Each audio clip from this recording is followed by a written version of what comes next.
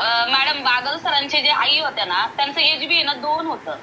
आणि त्यांना आयसीयू मध्ये ऍडमिट केलं होतं. असं सांगितलं होतं की काय आम्ही सांगू नाही शकत आहे.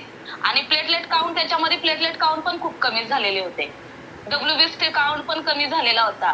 पण त्यांना आयसीयू मध्ये मला किती दिवस लागतील सांगू नाही शकत. पण त्या आयोनायझरच्या पाण्याने 2 दिवसामध्ये असला रिझल्ट आला ना मॅडम, की आम्ही आयसीयू मधनं बाहेर काढलं. तरी ते बोलत होते डॉक्टर्स की नाही का आयसीयू मधनं बाहेर नाही आपण काढू शकत पेशंटला. म्हणलं नाही नाही, आमच्या रिस्क वरती आम्ही काढू शकतो बाहेर. म्हणलं आमच्याकडून सिग्नेचर पण घेतली, आम्ही बाहेर पण काढलं. पण त्या आयोनायझरच्याच पाण्याने इतकं जबरदस्त, म्हणजे जगण्याची तर त्यांची शक्यताच नव्हती बिलकुल, की बाबा नाही काय आयसीयू मधनं बाहेर निघतील की नाही ह्याची पण शक्यता नव्हती त्यांची. म्हणजे आयोनायझरचं पाणी इतकं जबरदस्त आहे ना.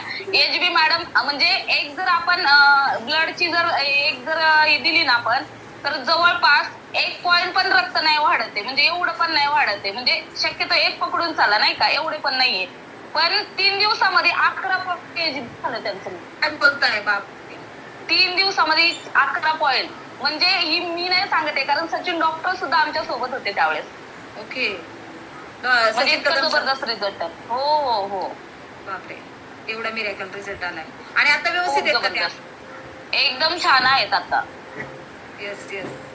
सगळ्यांनी काय केलं पाहिजे, आपलं आयनायझर सगळ्यांनी घेतलं पाहिजे, आपल्या हेल्थची काळजी घेतली पाहिजे आणि विषयाची परीक्षा नाही घेतली